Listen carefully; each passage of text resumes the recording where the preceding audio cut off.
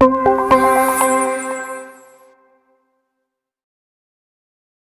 सब फल जो है वो अदन के बाग में भरे पड़े थे, पर शैतान ने वही फल उनके सामने रखा जो उनके पास नहीं था।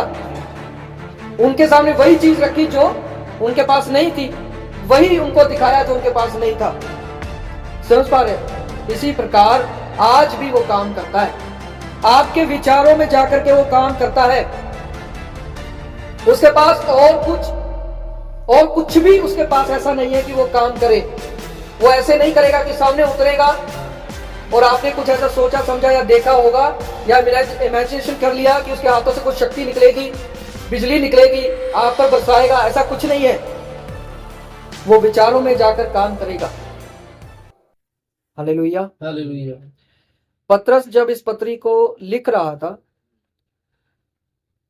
तो इस अध्याय तक पहुंचते पहुंचते उससे पहले उसने झूठे जो प्रचारक है, झूठे जो शिक्षक है, उनके बारे में बात की, और उसके बाद वह प्रभु के आगमन के बारे में बात करता है।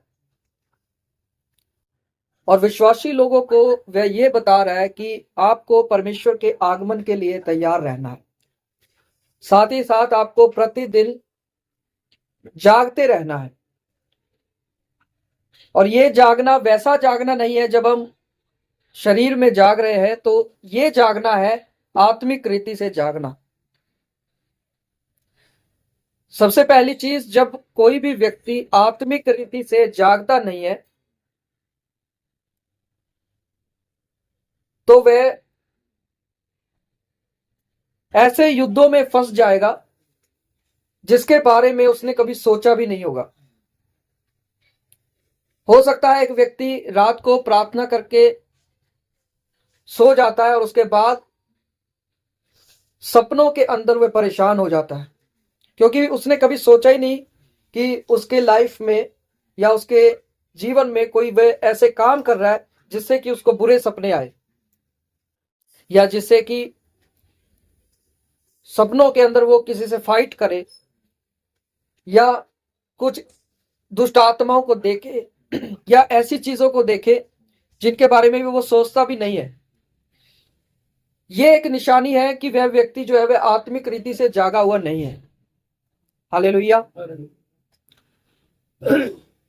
और ये सिर्फ एक ही निशानी मैंने आपको अभी बताया है। जब आप और भी ज्यादा इसमें सीखने की कोशिश करेंगे तो बाइबल जो है वो हमें बहुत सारे पॉइंट्स जो है वो बता देती है, हमारे सामने खोल के रख देती है कि जो व्यक्ति आत्मिक रीति से जागा नहीं है उसके साथ क्या क्या हो सकता है। Hallelujah, hallelujah. इसलिए बाइबल बार बार इसी बात पर जोर देती है कि प्रभु के आगमन के लिए तैयार रहो, जागते रहो। 5 बुद्धिमान कुंवारियों के विषय में भी यही लिखा गया कि वह जाग रही थी और अपने दूल्हे का इंतजार कर रहे थे। आप ये देखो कि जब यीशु मसीह का आगमन जब उनके दूल्हे का आगमन हुआ तो कुंवारियों के दूल्हे ने कुंवारियों के पास ये नहीं देखा कि उनके पास दिए हैं या नहीं है।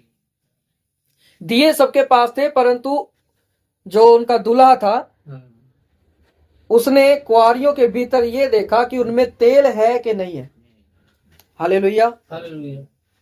कि उनके अंदर तेल है या नहीं है। तेल जो है वह आपको जागने में मदद करता है। Hallelujah, hallelujah. और तेल जो मैं बात कर रहा हूं ये वो तेल नहीं है कि अगर हम अपने ये शारीरिक चीज नहीं है, पर मैं इसको आत्मिक रीति में बताना चाहता हूं, ये अभिषेक है। Hallelujah, hallelujah. जब वह दूल्हा आया तो उसने ये नहीं देखा कि दिया है कि नहीं, तब उसने देखा कि तेल है या नहीं है। Hallelujah, hallelujah. वहां पर लिखा, दूसरी जो कुंवारियां थी उन्होंने कहा कि तुम जाकर के तेल मोल ले लो। मोल लेने का मतलब उनको बोला क्या कि तेल की कीमत चुकाओ। हम लोग किस तरीके से उस तेल की कीमत चुका सकते हैं, और ये चीज भी हमें बाइबल बता देती है। इस समय में हर एक व्यक्ति को जरूरत है कीमत चुकाने की। और जब कोई भी उसको मोल नहीं लेना चाहता है तो उसके पास सिर्फ दिए बचेंगे।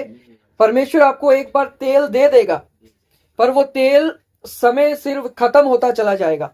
आपको प्रतिदिन जो है वह तेल को बनाए भी रखना है और बढ़ाते भी जाना है। हालेलुया। मैंने आपको एक चीज बताया था, अगर आप एक ग्लास ले लें, उसमें पानी को ऊपर तक भर दे, और अब जब आप उसको थोड़ा सा धक्का मारेंगे तो उसके अंदर का जो पानी है वो गिर जाएगा, छलक जाएगा उसमें से। हालेलुया। तो ये उसी चीज को दिखाता है। आप अपने आप को उस ग्लास की तरह देखें, आप बर्तन की तरह देखें। आपके अंदर परमेश्वर ने अभिषेक भरा, आपकी लाइफ में ऐसी चीजें हुई जो जो आपने सोची नहीं थी, और आपने वहां पर आपके अंदर एक बिहेवियर्स जो है वे पैदा होते चले गए। आप सोचते हैं कि मैं जब विश्वास में आया था या आई थी, तब मेरा भरोसा, तब मेरा विश्वास, तब मेरा फीलिंग्स, तब मेरा ये सब चीजें जो था वे ऐसा नहीं था प्रभु में, और मैं आत्मिक रीति में बढ़ गया था या बढ़ गई थी। पर अब मैं देख रहा हूं कि फिर से वही पुराना स्वभाव वापस आ रहा है, फिर से वही चीजें वापस हो रही हैं, जिन चीजों के बारे में मैं सोचता भी नहीं। और मैं बार बार प्रभु से कहता हूं, प्रभु इन चीजों से मेरे को निकाल। हालेलुया। पर ये चीजें आपकी लाइफ से कब निकलती हैं? जब आप इस चीज पर गौर करते हैं कि आप एक बर्तन है और आपके अंदर परमेश्वर ने जो है वह अभिषेक को भरा है। हालेलुया। और जब अभिषेक आपके अंदर आ गया है तो उस अभिषेक को संभालना भी हमारी जिम्मेदारी है। जब कुछ भी ऐसा हो जाएगा तो वो छलकेगा, वो बाहर गिरेगा। समझ पा रहे कि नहीं? उस बर्तन से कोई भी चीज टकराएगी। आप ये सोचिए कि आप एक मटका है, आप मिट्टी का बनाया गया एक बर्तन है, और आपसे कुछ भी चीज जो है वह टकराई, और उसके बाद उसमें छोटा सा छेद हो गया, और अब प्रतिदिन उसमें से वो तेल बहता जा रहा है, निकलता जा रहा है, वेस्ट हो रहा है। हालेलुया। आप रोज प्रार्थना कर रहे हैं, नो डाउट, आप सुबह प्रार्थना कर रहे हैं, रात को प्रार्थना कर रहे हैं, वचन पढ़ रहे हैं, उपवास कर रहे हैं, सब कुछ कर रहे हैं, पर आप जो बर्तन है, आप में अब छोटा सा छेद हो गया। उस छेद में से अभिषेक का जो तेल है वह निकलता चला जा रहा है, निकलता चला जा रहा है। आप कितना भी रोज प्रार्थना कर ले, आप प्रार्थना किया, आपको अभिषेक परमेश्वर ने दे दिया। हम मांगेंगे, वो देने वाला परमेश्वर वो दे देगा, आपको और भर देगा। हालेलुया। आप दोपहर में बैठेंगे, आप फिर भर जाएंगे। आप लड़ाई झगड़ा करेंगे, आप फिर भर जाएंगे। आप किसी के साथ धोखा करेंगे, आप फिर भर जाएंगे। आप झूठ बोलेंगे, आप फिर भर जाएंगे। समझ पा रहे हैं? आप मूर्ति पूजा करेंगे, आप फिर से भर सकते हैं। परमेश्वर से माफी मांगो, वो भर देगा आपको, सब चीजों में आपको आगे निकाल देगा, खड़ा कर देगा फिर से उठा करके। पर जो छेद हुआ है उसको आप कैसे ठीक करेंगे? वो भरता चला जाएगा, छेद में से तेल निकलता चला जाएगा, और आखिर में क्या है जी? जब दूल्हा आया तो क्या वो जो दिए हैं वो खाली मिले। जो मूर्ख स्त्रियां थी, उनके जो दिए थे वो क्या मिले? खाली मिले। जो बुद्धिमान थी, उन्होंने अपने तेल की रक्षा की, उसको बचाया, तो उसके भीतर यही देखा गया कि उनमें तेल है। तो हमारे भीतर भी यही चीज सेम देखी जाएगी कि हम में तेल है कि नहीं है। आप ये नहीं देख सकते कि आपने एक बार बपतिस्मा ले लिया, एक बार बचाए गए तो सदा के लिए बचाए गए। समझ पा रहे कि नहीं? तो पतरस जो है यही बातों का प्रचार करते करते कि आपको झूठे शिक्षकों से बचना है। वो कैसी कैसी बातों का प्रचार करेंगे, कैसी चीजों को लेके आएंगे। उसके बाद प्रभु का आगमन के बारे में वो बताता है। फिर वो बताता है अब तुम्हें क्या करना है, अब तुम्हें सब चीजें बता दी गई है, अब तुम्हें तैयार रहना है, अब तुम्हें जागते रहना है। इसीलिए यीशु मसीह ने कहा जागते रहो और प्रार्थना करते रहो। हालेलुया। उसने अपने चेलों को भी बोला कि जागते रहो, प्रार्थना करो, ताकि तुम परीक्षा में ना पड़ो। जब हम प्रार्थना में कमजोर होते चले जाते हैं तब व्यक्ति परीक्षा में पड़ता है, और इसमें कोई भी डाउट वाली बात नहीं है। आप एक दिन प्रार्थना ना करो, एक रात आप प्रार्थना करके ना सो, आप अगले दिन कहीं ना कहीं अपने आप को फंसा हुआ पाओगे। क्यों? क्योंकि आप परमेश्वर के साथ नहीं, अपने जोर पर सब कुछ करना चाहते हैं। आप ये चाहते हैं कि मैं परमेश्वर के बारे में रहूं भी, और मैं उससे अंदर बाहर आता जाता भी रहूं। समझ पा रहे? आपके चारों ओर बाड़ा परमेश्वर ने बांध दिया, वो अपनी भेड़ों को सुरक्षित जगह में रखता है। अब भेड़ चाहती है कि मैं बाड़े के अंदर का भी घास खाऊं और मैं बाहर का भी थोड़ा जाकर के थोड़ा चख लूं घास, क्योंकि बाहर का घास ज्यादा सुंदर लग रहा है, बाहर भी पानी है, बाहर कुछ ज्यादा अच्छा पानी मेरे को दिखाई दे रहा है। पर याद रखे, मैं आपको यहाँ पर एक चीज याद दिलाता हूं, फिर हम वचन में आ रहे हैं। उत्पत्ति में जब आप हवा को देखेंगे, वहां से आप बहुत कुछ सीख सकते हैं, समझ सकते हैं। परमेश्वर आपको सिखा सकता है, आपको नए प्रकाशन दे सकता है अगर आप मांगे। वहां पर वो फल रखा गया हवा के सामने, पर एक्स्ट्रा उसके पास बहुत सारी आशीषें थी। आदम के पास, हवा के पास बहुत सारे हजारों फल होंगे। आज तक हमने, हमारी, मैं समझता हूं आधी जिंदगी निकल गई है, तो हमने तो ऐसे फल देखे भी नहीं है। हजारों फल हमने देखे भी नहीं कि होते कैसे है। हालेलुया, समझ रहे? तो वो सब फल जो है वो अदन के बाग में भरे पड़े थे, पर शैतान ने वही फल उनके सामने रखा जो उनके पास नहीं था। उनके सामने वही चीज रखी जो उनके पास नहीं थी, वही उनको दिखाया जो उनके पास नहीं था। समझ पा रहे? इसी प्रकार आज भी वो काम करता है, आपके विचारों में जाकर के वो काम करता है। उसके पास और कुछ भी उसके पास ऐसा नहीं है कि वो काम करे। वो ऐसे नहीं करेगा कि सामने उतरेगा और आपने कुछ ऐसा सोचा समझा या देखा होगा या इमेजिनेशन कर लिया कि उसके हाथों से कुछ शक्ति निकलेगी, बिजली निकलेगी, आप पर बरसाएगा। ऐसा कुछ नहीं है।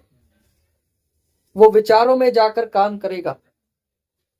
हालेलुया, समझ पा रहे कि नहीं? पौलुस बोलता है कि जो विचार बड़े हो जाते हैं, जो कल्पनाएं बड़ी होने लगती हैं, मैं उनको दबा देता हूं। और मैं उनको कैसे दबाता हूं? मैं अपने आप को मारता और कूटता हूं और वश में लाता हूं।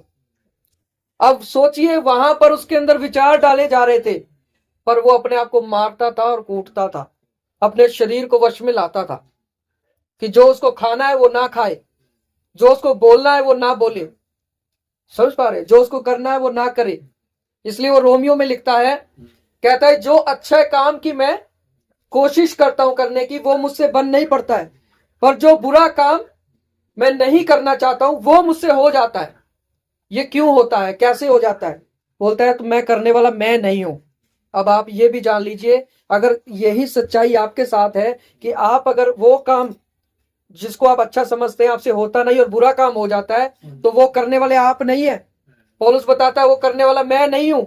वो कहता है मेरे अंदर बसा हुआ पाप है। क्या समझे? मेरे अंदर बसी हुई बुराई है, पाप है, जिसको हम कभी कभार मानते नहीं है, पर हम सिर्फ बोल देते हैं परमेश्वर के आगे कि प्रभु इनसे मुझे निकलना है, मुझे छुटकारा चाहिए। पर परमेश्वर का वचन कहता है तुम्हें छुटकारा इस तरह मिलेगा, ये उपाय मैंने तुम्हें दे दिया, ऐसा करो। वैसा हम करते नहीं। हम सिर्फ परमेश्वर के आगे बोलते हैं प्रभु मुझे छुटकारा दे, प्रभु मुझे छुटकारा दे, छुटकारा दे। और वचन कहता है तुम्हें छुटकारा ऐसे मिलेगा, ये करो, ये करो, ये करो। हम छुटकारा मांगते रहते हैं, परमेश्वर ने छुटकारा हमें पहले ही दे दिया है, उस छुटकारे की ओर हम ध्यान नहीं देते। समझ पा रहे कि नहीं? तो कई बार जो परिस्थितियां होती है वो इंसान के विचारों के उल्ट होती है, अलग होती है। समझ पा रहे? हमारे सामने बहुत सारी चीजें हैं जिसको हम देख सकते हैं, हम अपने आप को आशीषित महसूस कर सकते हैं। हम ये देख सकते हैं, सबसे बड़ी चीज जो परमेश्वर ने आपको दी है कि आप आज के दिन जिंदा है। हालेलुया। आप आज के दिन अपने परिवार में बैठे हैं, अपने परिवार के साथ खा रहे हैं, पी रहे हैं, उनके साथ बातें कर रहे हैं। आप बीमार नहीं है, आप अस्पतालों में नहीं है। हालेलुया। आप ऐसे घरों में नहीं बैठे हैं जहां पर आप अपने घर को देख के परेशान हो जाए कि बारिश होगी तो क्या होगा, ज्यादा गर्मी होगी तो क्या होगा। पर आपके सर पे परमेश्वर ने एक छत दिया है, आप चैन से उसमें सो सकते हैं, सुबह उठ सकते हैं। हालेलुया। परमेश्वर ने आपको बहुत कुछ दिया है, पर शैतान कई बार उन चीजों की ओर ध्यान लेके जाता है कि देखो ये चीज इस तरीके से है, और फिर वो विचारों को उलट पुलट करना शुरू करता है। इसी प्रकार हवा के जीवन में उसने काम किया, उसने विचारों को उलट पुलट करना शुरू किया। उसने बोला कि अच्छा वो फल, अच्छा ये फल नहीं, ये फल तुम्हें खाना जरूरी है, क्योंकि तुम्हारे ये खाओगे तुम्हारी आंखें खुल जाएंगी। समझ पा रहे कि नहीं? तो हुआ क्या, उसने क्या फल छोड़ दिया, उसने फल खाया और साथ ही साथ अपने पति को भी दिया। यानी कि साथ में जो व्यक्ति होगा वो उस शैतान के लपेटे में आ ही जाएगा। समझ रहे कि नहीं? और वो कैसे आएगा? वो डायरेक्ट नहीं आएगा, वो हमेशा इनडायरेक्ट तरीके से आएगा। कैसे? क्योंकि आज्ञाएं जो थी वो किसके पास थी? आदम के पास। समझ रहे? डायरेक्ट वो आदम के पास जाता और बोलता ये फल खा लो। हो सकता है आदम के पास ये अधिकार थे कि वो शैतान को डांट सकता था, पर वो हवा के थ्रू उसके पास पहुंचा। आप इन बातों को समझने की कोशिश करें। पौलुस ने इसीलिए अपनी पत्रियों में ये चीज लिखी है। हालेलुया। अपने आप में सुस्ती ना आने दे। पौलुस ने इसीलिए ये बातें जो है अपनी पत्री में लिखी, और उसने एक बात अपनी पत्री में लिखी, हम शैतान की युक्तियों से अनजान नहीं है। उसने ये नहीं लिखा कि हमें अनजान नहीं रहना है, हमें और सीखना है, पर उसने डायरेक्ट एक चीज लिखी, हम अनजान नहीं है। और उसने वो सब चीजें पत्रियों में लिख दी। चेलो लोगों ने पत्रियों में लिखी, परमेश्वर ने उनसे लिखवाया। तो हवा जो थी एक माध्यम बनी आदम को गिराने का। समझे कि नहीं? बहुत सारे लोग बोलेंगे कि आप सिर्फ हवा को टारगेट करते हो। ऐसा नहीं है। बाइबल के आप नए नियम तक जाओ, नया नियम तक बाइबल चेलों ने जो प्रचार किया वहां पर भी वो लिखते हैं। ऐसी महिलाएं भी हैं जो हमेशा पाप से दबी रहती हैं। क्यों उनको बोला गया कि तुम एक ऐसी सेवकाई नहीं कर सकते कि जिसमें आप एक मर्द के ऊपर जो है अपना अधिकार जमा सको। समझ रहे कि नहीं समझ रहे? इन चीजों का संसार में बहुत विरोध होता है। अगर किसी को बोल दिया जाए कि इसको किसी मनुष्य पर यानी किसी मर्द के ऊपर जो है वह अधिकार नहीं जमाना है, तो वो कहेगा कि परमेश्वर ने हमें बोला है कि हम कर सकते हैं, और बाइबल हमें कुछ और बताती है। समझ रहे कि नहीं? अगर किसी को बोला जाए कि तुम भविष्यवक्तन बन जाओ, उनको भविष्यवक्तन नहीं बनना है। इवेंजलिज्म करो, वो नहीं करना है। टीचर बन जाओ, नहीं बनना है। पर सबको पास्टर बनना है। समझ रहे कि नहीं समझ रहे? सबके सामने एक चीज रखा गया है, और वो क्या है? पास्टर बनना है। जिस चीज के लिए मना किया गया है वही चीज करना है। बाकी उससे भी बढ़कर सेवकाइयां परमेश्वर ने महिलाओं को दी है, और महिलाओं को हमेशा एक ऐसा व्यक्तित्व के रूप में दिखाया गया है जिसका व्यक्तित्व बड़ा स्ट्रांग है। जैसे एस्तर है, रूथ है। समझ पा रहे? बहुत सी ऐसी लेडीज है जिनको मजबूत एक भावनात्मक रूप में दिखाया गया है, अच्छे तरीके से दिखाया गया है। पर फिर भी हमें क्या करना है? हमें भविष्यवक्ता नहीं बनना है कि हम लोगों के लिए भविष्यवाणियां करें, हम लोगों को खड़े करें, हम कलीसियाओं को खड़े करें। हमें इवेंजलिज्म नहीं करना है, हमें सुसमाचार प्रचारक नहीं बनना है। समझ रहे? हमें तो पास्टर बनना है। हमें वो चीज करना है जो चीज हमारे सामने रखी जा रही है, और इस चीज के बारे में कोई भी सोचता नहीं है, सिर्फ विरोध करना चालू करते हैं। इसी प्रकार हवा के सामने सब चीजें रखी गई थी कि आप हजारों फल खा सकते हैं, आपके पास मीठा पानी है पीने के लिए, आप बड़े अदन के बाग में घूम सकते हैं, परमेश्वर आपके पास आ रहा है बात करने के लिए। आप परमेश्वर से पूछ सकते थे, प्रभु उसने मुझे इस तरीके से बोला है कि तुम इस फल को खा सकते हो, क्या मैं खाऊं? वहां पे कुछ नहीं लिखा कि उसने बात की या नहीं की। वो अपनी दृष्टि में बुद्धिमान हो गई। कैसे? शैतान ने उसके अंदर विचार डालना शुरू रखा, और वो विचार उसके अंदर बढ़ते चले गए। उसका जीवन चेंज हो गया, बदल गया उसका स्वभाव, और साथ ही साथ फिर जब वो चीजें उसके अंदर आई तो वही चीजें उसने ट्रांसफर की अपने पति में, और फिर दोनों लोग अदन से बाहर निकाले गए। दोनों लोग आशीषों से दूर हो गए, परमेश्वर से दूर हो गए। और दोनों लोगों के बारे में बाइबल में क्या लिखा है कि तुम दोनों लोग जो है वह जीवन के वारिस हो। दो लोग, एक नहीं। और वहां पे एक स्पेशल चीज लिखी गई है, ये याद रखो कि तुम दोनों लोग जो है जीवन के वारिस हो। इस चीज को आपको बुद्धिमानी के साथ एक दूसरे के साथ चलना है। ऐसा ना हो कहीं तुम्हारी प्रार्थनाएं रुक जाए। तो इसका मतलब क्या, प्रार्थनाएं रुक भी सकती है, आपकी प्रार्थनाओं में रुकावट भी लग सकती है जी। इन बातों को हल्के में ना ले। और देखिए, मूर्ति पूजक लोग इन चीजों को बड़े हल्के में लेते हैं, समझ रहे। मूर्ति पूजक वो व्यक्ति जो परमेश्वर से आगे अपनी भावनाओं को रखता है। मूर्ति पूजक वो व्यक्ति जो परमेश्वर से आगे अपनी सब चीजों को रखता है और सब लास्ट में परमेश्वर को रखेगा, वो मूर्ति पूजक। उसके लिए ये चीजें बड़ी हल्की है, ठीक है। लोग बोलेंगे क्या हम बाबा बन जाए, क्या हम कुर्ता पजामा पहन ले और सब चीजें छोड़ दे। तो बाइबल तो ऐसा नहीं बोलती कि आपको सब चीजें छोड़ना है, पर आपको प्रभु के आगमन के लिए तैयार होना है। हालेलुया। 100 में से अगर आप 10% भी अपने आप को तैयार कर पाए तो 90% आप इसलिए तैयार कर दिए जाएंगे क्योंकि यहोवा आपके इंटेंशंस को जानता है। समझ रहे कि नहीं। अगर आप 5% अपने आप को तैयार करेंगे तो 95% आप इसलिए तैयार कर दिए जाएंगे, और वो भी खुदा की ओर से। वो आपको उठा करके ले जाएगा रैप्चर में, इसलिए क्योंकि आपने अपने आप को तैयारी में रखा, आपने अपने आप को वैसे इंटेंशंस में रखा, आपने अपने तेल को संभाला। हालेलुया। तो दूसरा पत्रस 3 अध्याय उसका 17 और 18 वचन पढ़ेंगे। लिखा है, इसलिए हे प्रियो, तुम लोग पहले ही से इन बातों को जानकर चौकस रहो, ताकि अधर्मियों के भ्रम में फंसकर अपनी स्थिरता को कहीं हाथ से खो ना दो। यानी एक स्थिर व्यक्ति को क्या रहना है, चौकस रहना है।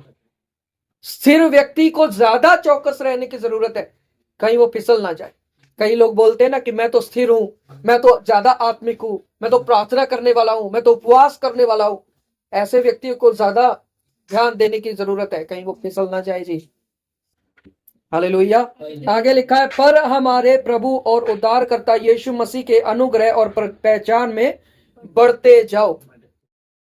अगर आप कल कमजोर थे तो आज वैसा दिन होना चाहिए कि आप उस ताकत को महसूस करें जो आप परमेश्वर से मांग रहे हैं। अगर आपने कल कोई अशुद्धता की है, अशुद्ध विचार रखे हैं, तो आज आपका जीवन ऐसा होना चाहिए जो पवित्रता की ओर बढ़ता जाए। हालेलुया। समझ रहे हैं। आज या पिछले दिनों आपसे कोई गलती हुई है तो ये वो समय है जब आप उद्धार प्राप्त कर सकते हैं, यानी कि आपको मसीह की पहचान में बढ़ते जाना है। और ये आप कैसे बढ़ते जाएंगे, जब आप जागते रहेंगे और अपने आप को तैयारी में लगाए रहेंगे। आपका स्वभाव, आपका चरित्र जो है वे लोगों के सामने ये बताता है कि आप परमेश्वर की जीवती पत्रियां हो, चलते फिरते पत्रियां हो। समझ रहे कि नहीं समझ। बाइबल को लोग बाद में देखेंगे, पहले लोग आपको देखेंगे, आपके विचारों को देखेंगे, आपकी जुबान को देखेंगे, मेरी जुबान को देखेंगे, मेरे चाल चलन को देखेंगे। बाइबल तक या नए नियम तक जो हम प्रचार में लोगों को बांटते हैं, उस तक लोग बाद में पहुंचेंगे। पहले आप जीवित पत्री हो मसीह की, पहले वो आपको देखेंगे। तो हम कहां अटके पड़े हैं, हम बढ़ क्यों नहीं रहे हैं। हालेलुया। यहां पे लिखा है, उद्धारकर्ता यीशु मसीह के अनुग्रह और पहचान में बढ़ते जाओ। तो पहचान में हम कैसे बढ़ेंगे। पहली चीज यहाँ पे क्या लिखा है, अनुग्रह।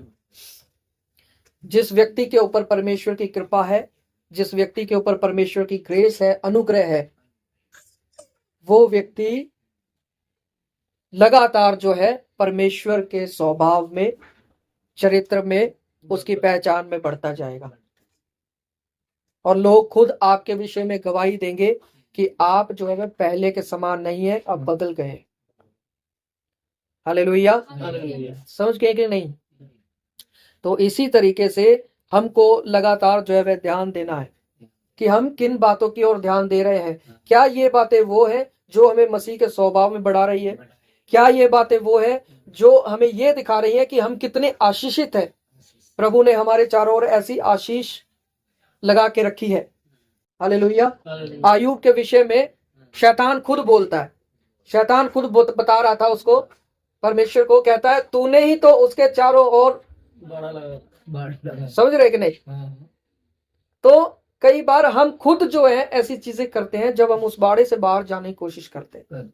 आशीषों की बाड़ा जो है वो आपके चारों ओर है, स्वर्गदूतों का बाड़ा जो है वो चारों ओर है। हम परमेश्वर की भेड़ है, यीशु मसीह ने हमें अपने बाड़े में रखा है। हालेलुया। तो उस बाड़े से कभी भी बाहर जाने की कोशिश ना करें, उसी में अपने आप को रखे, क्योंकि बाहर के विषय में लिखा है जो बाड़े से बाहर जाएगा उसको सर्प डसेगा। तो फिर आप तैयार रहिए ऐसी चीजें फेस करने के लिए जो आपने कभी सोची भी नहीं है, चाहे वो आपके बिजनेस के प्रति हो, चाहे वो घर परिवार के प्रति हो, चाहे वो कुछ भी हो। और ऐसी चीजें मैं क्यों बोल रहा हूँ जी, क्योंकि मूर्ति पूजक जो लोग हैं वो तो पहले से ही शैतान के हाथों में है। शैतान को, दुष्ट आत्मा को उनसे कुछ भी लेना देना नहीं है, क्योंकि वो उनके जीवन में रहकर ही सब चल रहे हैं, फिर रहे हैं, खा रहे हैं, पी रहे हैं, मौज कर रहे हैं। समझ रहे, वे विचार करा रहे हैं, उनसे मूर्ति पूजा करा रहे हैं, नशे करा रहे हैं, बहुत सारी चीजें हो रही है। पर ये विश्वासियों के विरोधी हो जाते हैं, क्योंकि हमारे अंदर पवित्र आत्मा है। और पवित्र आत्मा के विषय में क्या लिखा है, पवित्र आत्मा को दुखी ना करो। तो हम अपने चाल चलन की वजह से उसको क्या करते हैं, दुखी करते हैं। और यही तो दुष्ट चाहता है कि हम परमेश्वर को क्या करें, दुखी करें। इसीलिए पतरस ने हनन्याह और सफीरा को क्या बोला, तुमने ये सोचा भी कैसे कि तुम परमेश्वर के सामने झूठ बोलो। हालेलुया। हम तो बड़े पेट दलले झूठ बोलते हैं, हमें कोई फर्क ही नहीं पड़ता। और हम इसलिए बोल पाते हैं क्योंकि परमेश्वर हमारे विषय में धीरज रखता है। अगर वो आज ही न्याय करने लगे तो बहुत सारी दुनिया खत्म हो जाएगी। हालेलुया। तो इसको अपने लिए एक उद्धार का समय जो है वह समझे कि अगर आपने झूठ बोला है ना, तो उद्धार का समय समझे कि परमेश्वर ने कृपा किया है और उसमें फिर दोबारा ना जाए। लूत की पत्नी की तरह ना बने कि हमें बोला गया है हम पहाड़ की ओर जाए, पहाड़ पर भागे, पर हम पीछे मुड़ के देख रहे, और हमें पता है अगर हम पीछे मुड़ के देखेंगे तो ये हमारे लिए नुकसानदायक है, क्योंकि लिखा है कि हल के ऊपर हाथ रख के पीछे मुड़ के ना देखो। समझ रहे कि नहीं। तो इसलिए हमें प्रतिदिन जो है वह आगे बढ़ना है, हमारी दिशा आगे की ओर रहनी चाहिए, और मसीह के अनुग्रह और उसकी पहचान में हमें बढ़ते जाना है। ठीक है। बहुत सारी चीजें आपको रोक सकती है, आपको चमत्कार रोक सकते हैं। अगर आपकी लाइफ में एक चमत्कार हो गया ना, आप रुक जाएंगे, आप बोलेंगे कोई बात नहीं, मैं अब प्रार्थना करता हूं या करती हूं तो चमत्कार होते हैं, अब मुझे वैसा प्रार्थना करने की जरूरत नहीं है जैसा मैं पहले करता था या करती थी। हालेलुया। आशीषों को देख करके कई बार लोग रुक जाते हैं। जब हमारे जीवन में आशीष है तो हम देखेंगे मैंने ये परमेश्वर से आशीष मांगी थी, अब उतना मुझे परमेश्वर के पास जाने की जरूरत नहीं है, अब हम दूसरी चीजों में समय बिताना फिर शुरू करते हैं। और आपकी कीमत जो है वो समय है आपके हाथों में, जिसके विषय में लिखा गया है कि आप उस तेल को मोल ले लीजिए, खरीद लीजिए, कीमत चुकाइए।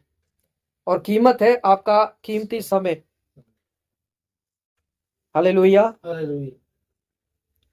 या फिर इस तरीके से बोले कि क्या परमेश्वर ने आपको 24 घंटे दिए हैं, उसमें से आप कितना दशमांश परमेश्वर को दे रहे हैं। हालेलुया। तो मैं समझता हूं कि परमेश्वर ने इस वचन से आपसे बात किया है। प्रभु इन वचनों से आपको आशीष दे, चंगा करे, और आप मसीह की पहचान में अनुग्रह बढ़ते जाए। आइए हम प्रार्थना